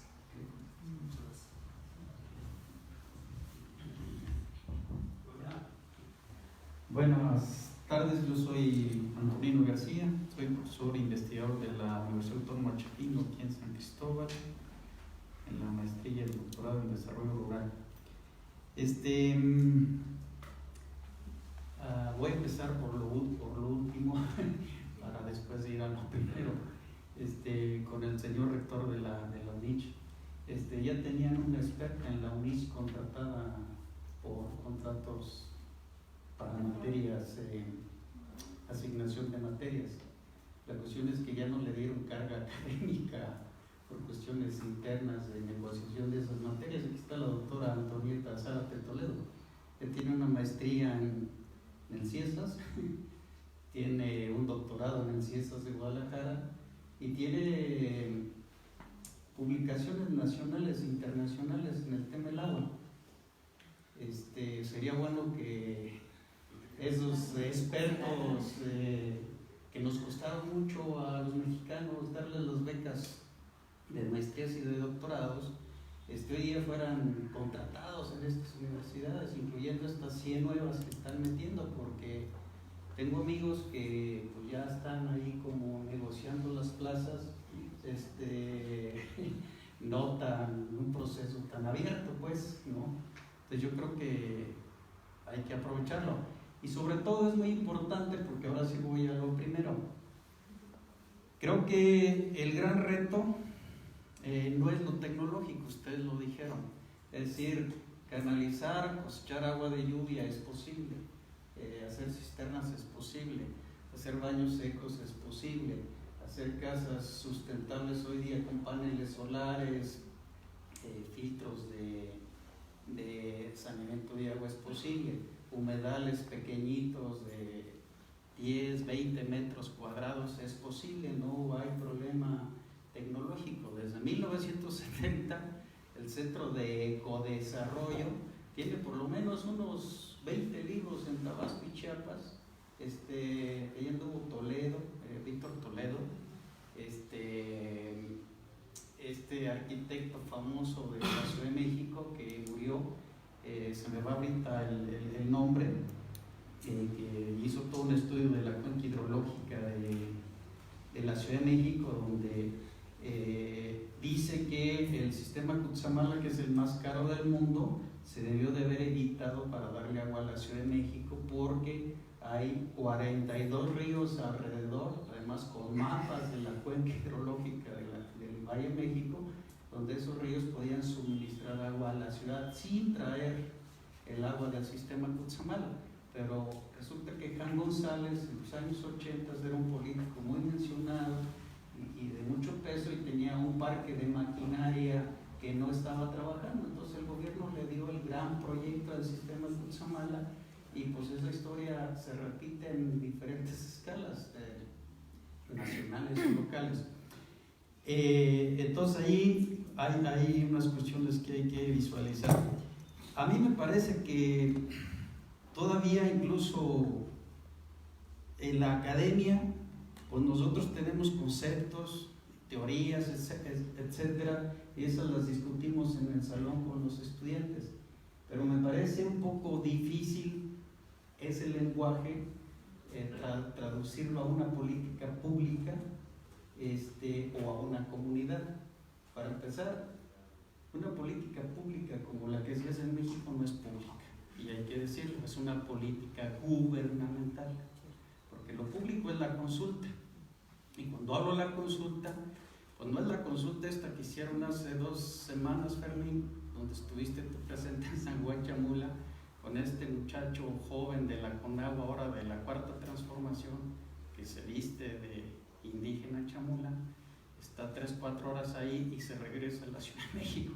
Ese tipo de consulta ya estamos hartos. O sea, no es una consulta pública a profundidad. Y así piensan hacer el plan hídrico ahora de este sexenio. O sea, todavía los anteriores se encerraban en un hotel de 5 estrellas, 2 días, y por lo menos hacían el shock de la consulta. Pero ahora con 3 horas en Chamula, ya Chamula va a representar a todas las comunidades indígenas de Chiapas, y de ahí ya hay una profundidad para hacer una política pública nacional o estatal de Chiapas. Yo creo que hay que ser conscientes de eso. Entonces no nos debemos prestar a este tipo de confusiones. No es una política pública, es una política gubernamental de poca consulta y de poca profundidad de las necesidades y del conocimiento de la gente. Es una cuestión importante. El otro asunto que mencionabas de los distritos de riego y su famosa descentralización, ese no fue un proceso de descentralización de base, fue una imposición del Banco Interamericano de Desarrollo, que el primer distrito lo transfirieron en Puebla por instrucciones del BID, para que los regantes se hicieran responsables de la operación y el mantenimiento de esa infraestructura, y el gobierno ya no meter dinero y que se privatizara camuflajeado con asociaciones civiles de riego. Y en 1996 empezaron con esta descentralización. Entonces, pues cuidado con esa descentralización. Y también yo digo cuidado con el asunto del derecho humano al agua, porque luego se nos olvida la historia. En 1983 se reforma el artículo 115 de la Constitución, y el responsable directo de darle agua en cantidad y calidad es el municipio, a la zona urbana y a las zonas rurales. Entonces, si se nos olvida eso, pues vamos a estar en la demanda del derecho humano, de los objetivos del milenio, que es pues unas estructuras así nebulosas y que pues abajo no tienen operatividad, no tienen funcionalidad. Y eso lo hemos discutido ya en libros, en congresos, con especialistas. Hay 3 niveles de decisión: Banco Mundial, Organización Mundial del Comercio, etcétera, etcétera, las cumbres de cambio climático, los objetivos del milenio, el derecho humano internacional, etcétera. El gobierno mexicano los compra tal cual, y luego hasta hacen leyes y decretos, etcétera, y abajo no tienen absolutamente ninguna operatividad. Pueden leer el libro de Agua y Cambio Climático en el Usumacinta. Ahí la doctora Antonieta tiene 2 artículos, yo tengo 3, con compañeros del Instituto Mexicano de Tecnología del Agua, del Ecosur de Tabasco, del Colegio Postgraduados de Tabasco, etcétera. Y ahí se van a dar cuenta de estas estructuras internacionales, cómo las autoridades mexicanas lo compran, lo ponen en papel, y abajo no tienen nada, absolutamente nada. Versión de los propios funcionarios de la Zagarpa, de la CONAGUA, de la Semarnat, los que están ahí en la Trinitaria, ahí donde andan ustedes. versión de los mismos funcionarios, no tenemos nada de objetivos del milenio y no tenemos nada de proyectos específicos para el cambio climático. Entonces es una política muerta, en realidad, ¿no? Entonces, pues ir con este asunto de estas palabras de gestión y de comité, estamos contaminando más todavía, esto que dice Gonzalo, la capacidad de decidir, de organizarse y de ver qué actividades concretamente ellos pueden hacer, quieren hacer y en qué momento. Y te está pasando exactamente lo del PROSAPIS. Ahora que decías de las contribuciones que ustedes les pusieron 15 pesos acá cada mes, desde el PROSAPIS, desde el principio, en Chiapas hicieron 1.600 comunidades, y de esas 1.600 comunidades venía a la raza para todos tienen que cooperar mensualmente, como si fuera asalariados urbanos, y se les olvida que pues la cosecha del café se hace en cierto periodo, que la cosecha del maíz se hace en cierto periodo, que la venta de algo de ganado que tienen se hace en cierto periodo, y que ellos tienen la capacidad de decidir si es un solo pago anual, si es 2 pagos anuales, o ver cómo se organizan. Entonces, ese cincho que se les pone desde lo externo, justamente tergiversa la posibilidad de poder sumar y poder darles esa libertad de autoorganización y autodecisión. Entonces hay que hacer estudios más a profundidad, antropológicos, serios, y hasta en la Academia y Resistencia.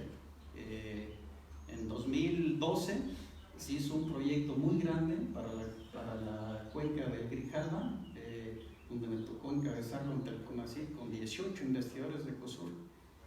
Les decía a estos compañeros, no entran los de conservación y restauración de bosques, los técnicos, científicos, hasta que no vayan 4 meses los antropólogos a ver cómo están las formas de organización allí y colaboración. No, pues ¿sabes qué nos dijeron? Es que esos cuates son Boy Scouts. O sea, ese desprecio por la ciencia social. Entonces yo digo, cuidado, la tecnología pasa en cualquier territorio. La cuestión es la organización y qué impactos vamos a generar con esa tecnología. ¿Vamos a estructurar o vamos a desestructurar? Entonces tenemos que tener cierto respeto y cuidado en esas acciones que hacemos con el otro, con la otra, porque hay una respuesta, y esa respuesta puede ser en un sentido positivo, pero también puede ser en un sentido negativo, de desestructuración. ¿Qué es lo que pasa hoy? El Prospera, todos estos programas imponen una cartilla, ¿no? Sin ver estas especificidades y esta profundidad de las formas de organizarse, pensar, sentir de las comunidades. Los comités de cuenca, los comités de agua, ese es otro concepto. El comité de agua es solamente una imposición externa que les impone la ONG o la parte gubernamental o el actor externo. Y aquí, al otro lado de ese cerro, desde la Milpoleta al otro lado, hay 3 estructuras de representación diferentes al comité.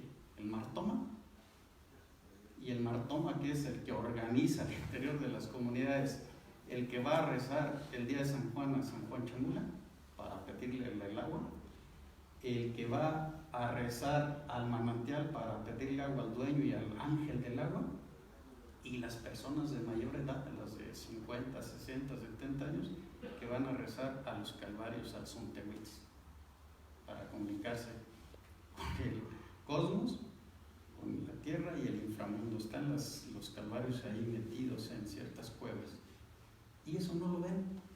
Entonces, ¿qué llegan con el comité? ¿Este comité? Sí, pero abajo, ¿cuál es la estructura cultural histórica? Y eso se refiere Gonzalo. Si no se ve esas formas de organización, vamos con el mismo lenguaje. Hasta el comité, hasta la cooperacha, hasta esto, hasta el otro. Estamos imponiendo. Por el progreso. Por el progreso. Entonces, ese es mi comentario. Como es dialéctica, sí, que las doy, pues esa es mi participación. Muchas gracias. Muchas gracias, Luis. Yo también estoy de acuerdo que justo el objetivo de estar aquí era generar estos diálogos y no en particular donde no coincidimos todos.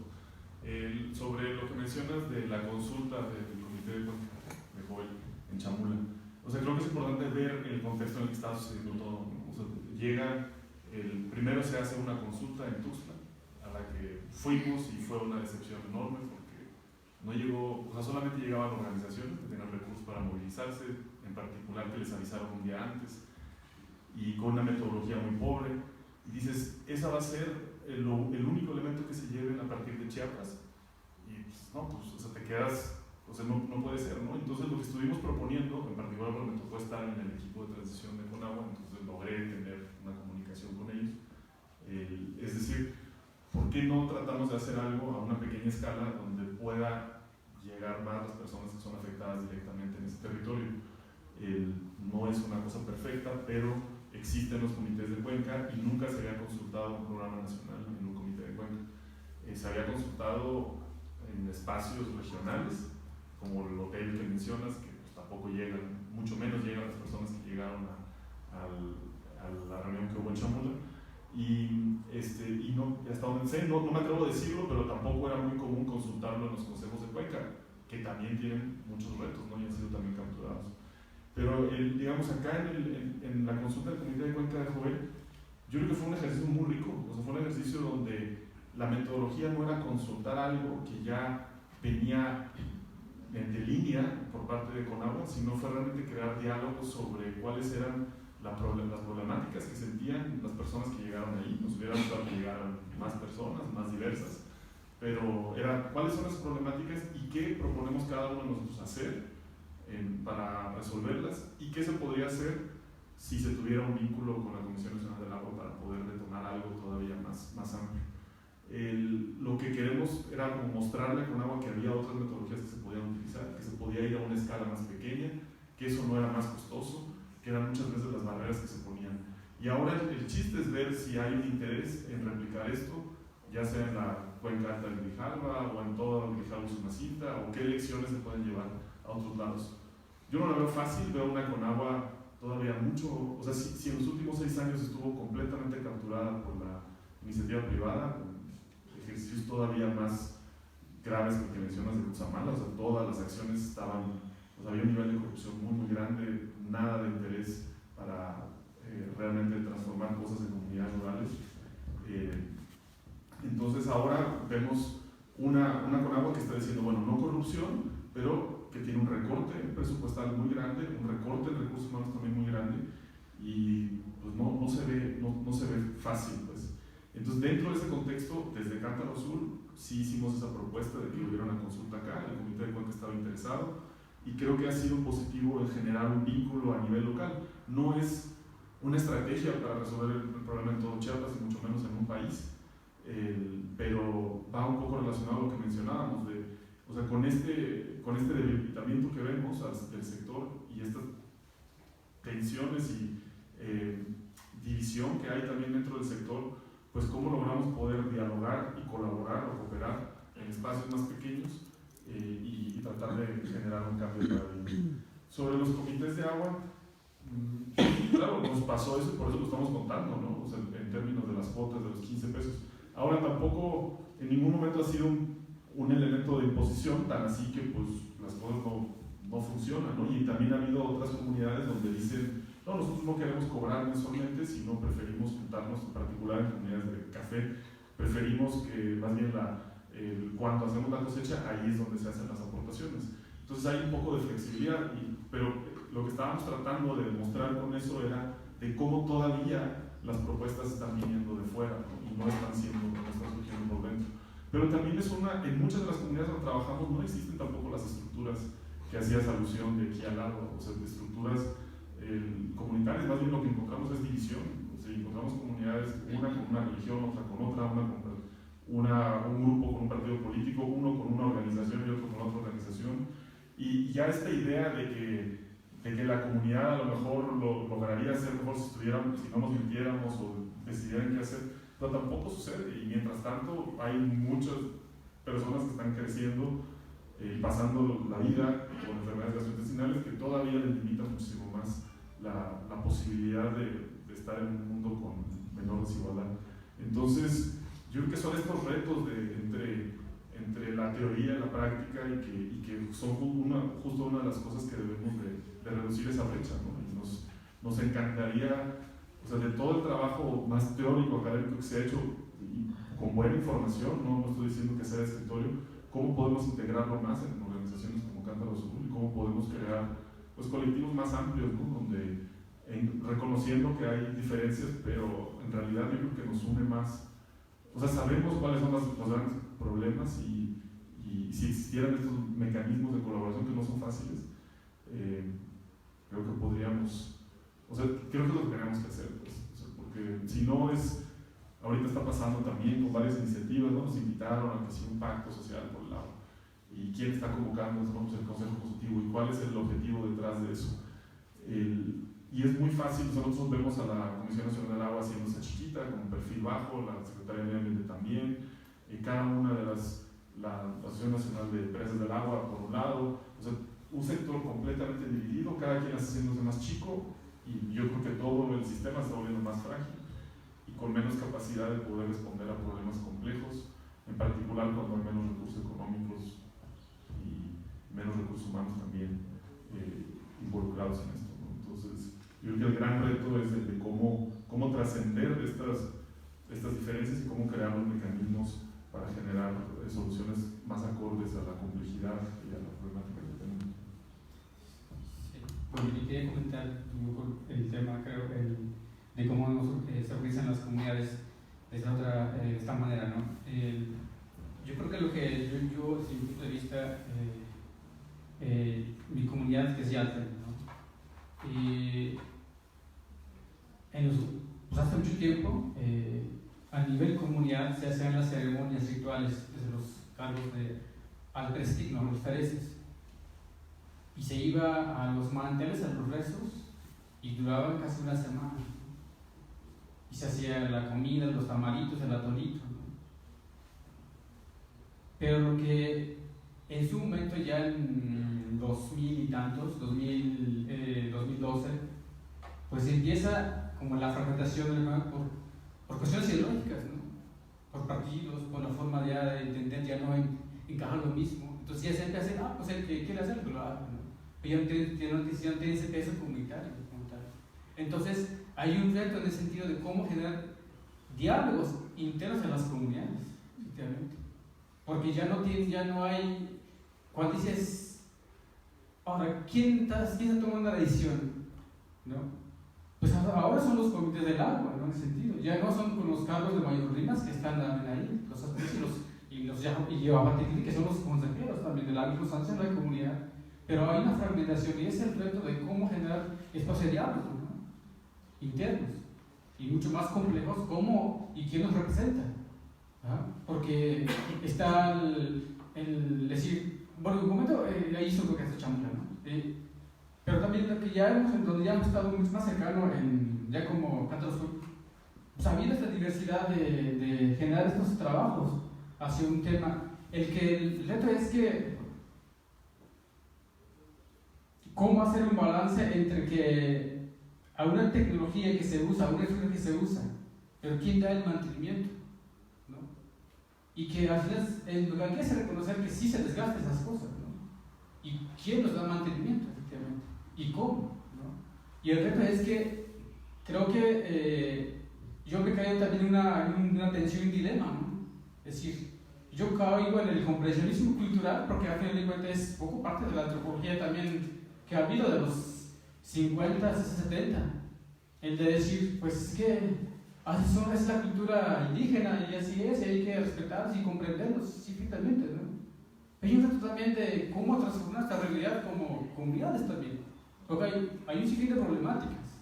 Yo me he tocado decir, ok, respeto cómo es mi cultura, mi vida y me quedo ahí, o simplemente trato de transformar también, ¿no? Y ese reto que creo que he tocado como ser parte de una ONG también de Cántaro Azul, decir, me quedo un poco más hacia decir, respetar o sí de un poco de ir y cambiar y empujar las cosas, ¿no? Y ese es el reto, o sea, y creo que nos pasa es más fácil cuando vienes de afuera y quieres cambiar, pero cuando quieres cambiar desde tu propio mundo es cuando quieres cambiar tu familia, ¿no?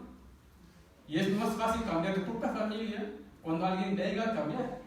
Y es cuando tú eres parte de tu familia y quieres cambiar, es un reto porque también hay un peso cultural muy fuerte de identidad y cómo quiere desestructurar mi identidad de cierta manera, y eso es un reto, ¿no? Entonces aquí lo que quiero compartir es que cada vez sean espacios de intercambio de experiencias.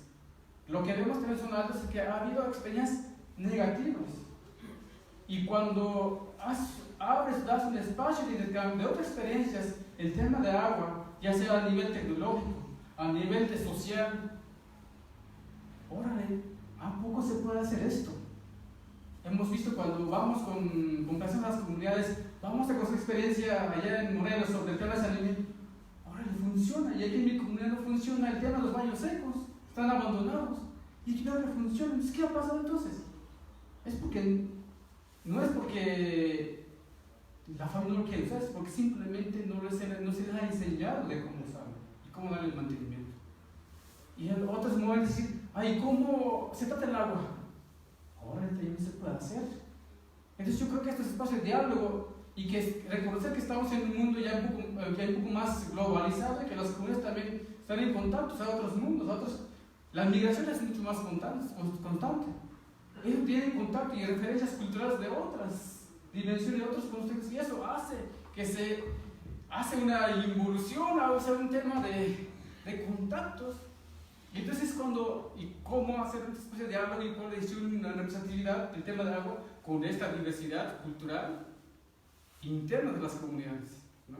Y creo que es un poco lo que hay, el factor cultural sí sigue siendo un tema muy importante, y que sean espacios de diálogo, y que aquí este reto es cómo generar estos procesos de diálogo, y que desde lo interno y también desde lo externo, que es creo que hay un poco el tema de la interculturalidad, ¿no? Efectivamente, y que bueno, que aquí cercano una academia de esto, y que eso nos invita a poder entretejer diferentes temáticas, ¿no? Desde lo social, lo tecnológico, desde los espacios simbólicos culturales, que es justamente las ceremonias y los antiguos, que son espacios sagrados de la región, y cómo poder detonar un ambiente desde lo ceremonial, porque tampoco no hay un enfoque del trabajo técnico del mantenimiento de las cosas, ¿no? El cerro no está deforestado. Ajá. O sea, sí es importante la ceremonia, pero si no se genera un proceso también de acción puntual, de manejo y cuidado, pues tampoco, creo que hay que verlo desde otras dimensiones, ¿no? Esa es esta visión integralidad e interculturalidad que complementan entre las diferentes visiones, y es, creo, también de las diferentes perspectivas del trabajo, cómo sumar una acción desde las diferentes perspectivas, ¿verdad? Desde la perspectiva académica, desde la perspectiva social, desde la perspectiva interna de las comunidades, ¿no? Es la que creo que como nosotros somos mucho más complejos, pero eso me invita a que podamos orientar un reto, que es un tema de agua, y que al final de que eso no es un problema de aquí solo de San Cristóbal, de Chiapas, es mundial, ¿no? Pues bueno, eso quería terminar. Ya por tiempo, la última participación. Gracias, buenas tardes. Pues de mi parte saludo la invitación, gracias de antemano. Hay tantas cosas que decir y más que hacer en relación al tema del agua. Es preocupante para mí. Yo creo que ha faltado difusión. ¿Cuántos saben de Cántaro Azul? ¿Cuántas personas de las 250,000 que vivimos? Voy a hablar en nivel local. Muy poquitas o pocas. ¿Cuántos conocen a Antonio, que ha sido persistente en la cuestión de cuidado de la vida? La preocupación es, al menos personal, y ojalá sea de todos, es que se está acabando el agua, al menos aquí en San Cristóbal, ¿no?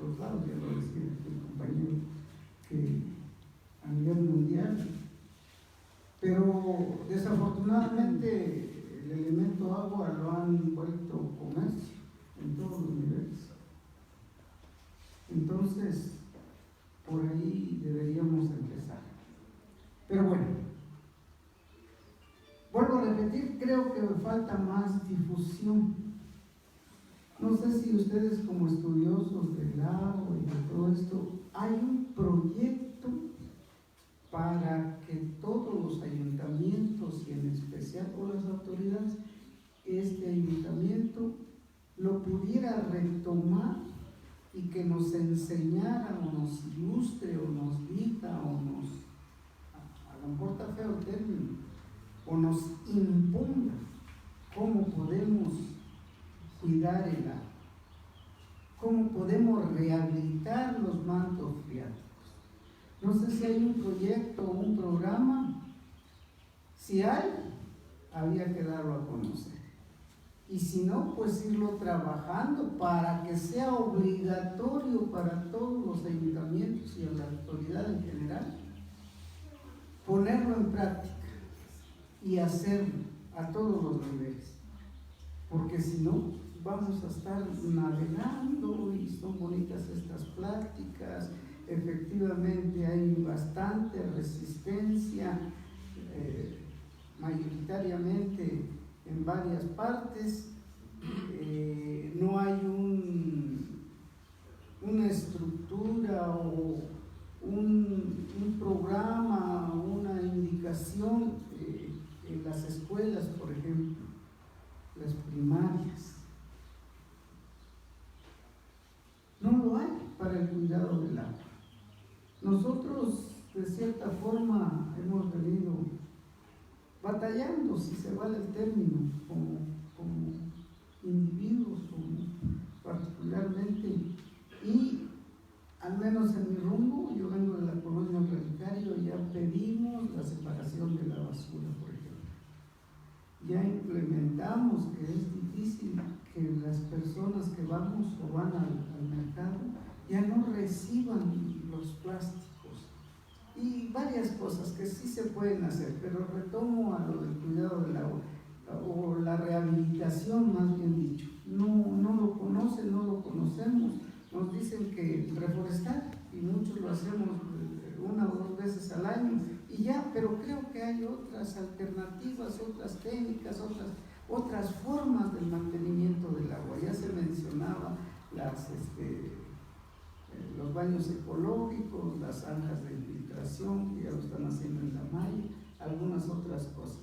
Pero termino diciendo que ojalá pudiéramos organizarnos y decirle a este ayuntamiento al menos que se enfoque a la rehabilitación de todos los mantos freáticos, los humedales, ¿no? Porque también colabora para el relleno de los humedales, colabora para la deforestación, o queda callado por cuestiones o compromisos políticos o por indicaciones de saber quién, y no es posible. Digo esto por lo de Chupapic, lo de la Gertrudis Dubi, bueno, de todo el entorno de San Cristóbal, aquí enfrente. Ya es pura piedra, ya no hay ni un árbol. Pero bueno, gracias nuevamente. Mi nombre es Rodolfo Ruiz y gracias. ¿Quieren comentar algo al respecto? Entonces yo regresaría a que creemos que es importante fortalecer las instituciones relevantes para el tema del agua. Definitivamente no se trata de que Cántaro sea más conocido, ¿no? O sea, Cántaro somos una organización de la sociedad civil nada más. Más bien es cómo se fortalece el ZAPAM, cómo se fortalece el área de ecología del municipio, cómo el municipio mismo, el ayuntamiento mismo toma una prioridad en el tema del agua, que es algo que se le propuso. Hubo un ejercicio de la agenda participativa por el agua muy rico, muy interesante en el verano, antes de las elecciones. Todos los candidatos a presidente municipal firmaron un compromiso con esto. Había participación de la academia, de la sociedad civil, de la iniciativa privada, y esa agenda, aunque fue muy interesante poner a todo, o sea, es una de las instituciones que tendría sentido como fortalecer o visibilizar, viendo como la ausencia o la carencia o la falta de liderazgo de las otras instituciones que deberían ser públicas. Pero si no hay una voluntad del ayuntamiento, pues también, el ayuntamiento no es el que empieza, es el que dice, pues también pone otra vez a todos los demás actores, nos pone, vale la pena invertir en esto, vale la pena, o más bien nos vamos a espacios donde sí hay una mucho mejor respuesta, ¿no? Porque los problemas del agua son tan grandes que pues, ¿en dónde te enfocas? Como tal, Cántaro Sur no estábamos tan enfocados en San Cristóbal de las Casas, sino más bien en las comunidades rurales. El estar aquí nos ha traído como a tener un compromiso de participar en particular en los temas de gobernanza del agua del municipio. Pero yo creo que más bien es, como lo hemos dicho, es cómo se fortalecen estas instituciones. No vemos buenas señales de eso porque pues no se reconoce, no se invierten recursos para fortalecerlas y no se ve también esa posibilidad. Pero bueno, ¿qué estamos haciendo ahorita? El tratar de articular a los ayuntamientos con el Estado y la Federación en ciertos lugares específicos donde si se juntan la colaboración y los recursos, entonces creemos que se puede lograr un cambio. Creemos que si seguimos buscando cambiarlo en todos lados, pues quedamos como muy diluidos y no se va a poder hacer esto. Y justo la idea de pensar concentrarlo es para la formación y el fortalecimiento de esas instituciones. Es un poco lo que estamos tratando de hacer. Gracias. Pues mira, hay muchas preguntas, pero por tiempo vamos a hacer el cierre. Y si gustan, tienen algo más que comentar, que nos podemos comentar eventualmente. Un anuncio nada más. Un anuncio rápido. El martes a las 5 de la tarde, de 5 a 8 de la noche, va a haber un foro sobre el agua. Y viene justamente Elena Burks, de Agua para Todos, para Todas, que son los de la iniciativa de Ley Ciudadana, que la hemos construido alrededor de 400 investigadores, asociaciones civiles, ya desde el 2014. Y ese es el asunto que va a plantear de qué es la iniciativa de Ley Ciudadana. ¿En dónde va a ser? Aquí en el Carmen. Okay. En el Carmen. Y también vienen los de Mexicali Resiste, estos que traen el movimiento contra la cervecera esta. Porque hoy día, aunque se hagan mil maromas diciendo que no va la privatización del agua, nosotros decimos que sí va y está camuflajeada ya desde hace por lo menos, en San Cristóbal por lo menos desde hace 24 años. Y ahí tenemos una empresa refresquera privatizadora del agua. Entonces también vienen los de Mexicali Resiste para plantear todo este asunto. Y yo al final voy a participar sobre cómo veo la problemática del agua en Chiapas y en específico en San Cristóbal. Entonces están todas y todos invitados. A las 5. De 5 a 8. El martes 2 de abril a las 5 de la tarde en el Carmen. Y el problema es eso. Ayer escuchamos a través de la radio de que iban sobre los pozos profundos, entonces me interesó, estoy acá para que yo lleve la información. Tenemos una asociación civil de 200 personas, es decir, 200 familias. Teníamos un río muy caudaloso que es el río Grijalva, que ustedes conocen, que anteriormente regaba así por naturalmente, pero ahorita definitivamente por la construcción de la presa de la Angostura, pues ya terminó. Entonces sí, si ustedes me lo permiten, acercarme con ustedes para llevar un comentario. Ahorita platicamos más. Gracias. Muchas gracias. Gracias por venir. Bueno, pues un aplauso por favor para Fermín y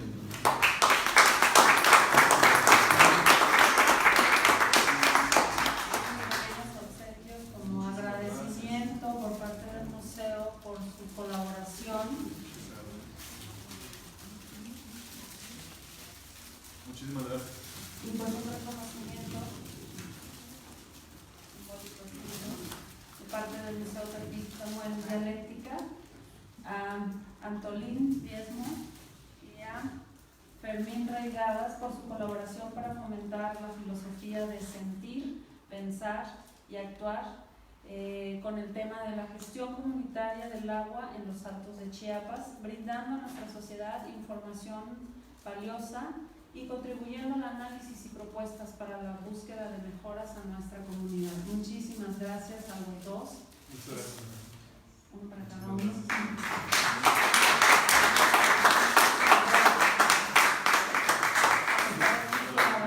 Y hacer esta dialéctica, entre más aportemos, más enriquecemos nuestros saberes. Y pues esa es la intención de este foro, acercarles información de parte de los expertos, los que están trabajando día a día con estos temas que nosotros estamos ajenos. Y pues como ustedes, algunos ya saben, para los nuevos, nosotros estamos aquí haciendo estos eventos una vez al mes, el último sábado de cada mes, diferentes temas, todos los temas de interés social, para que por favor inviten a más gente que se sume a este foro para poder enriquecer nuestro conocimiento, ¿sí? Y pues a los que vienen a nuestro foro, como agradecimiento especial, pues les podemos hacer el recorrido de manera gratuita, conocer el museo, los que no lo conocen.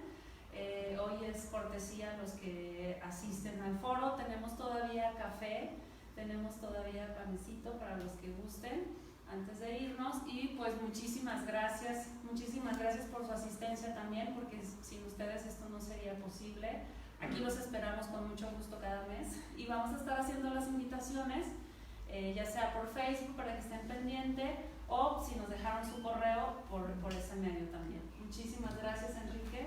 Muchísimas gracias a los que gusten quedarse para una mesa redonda.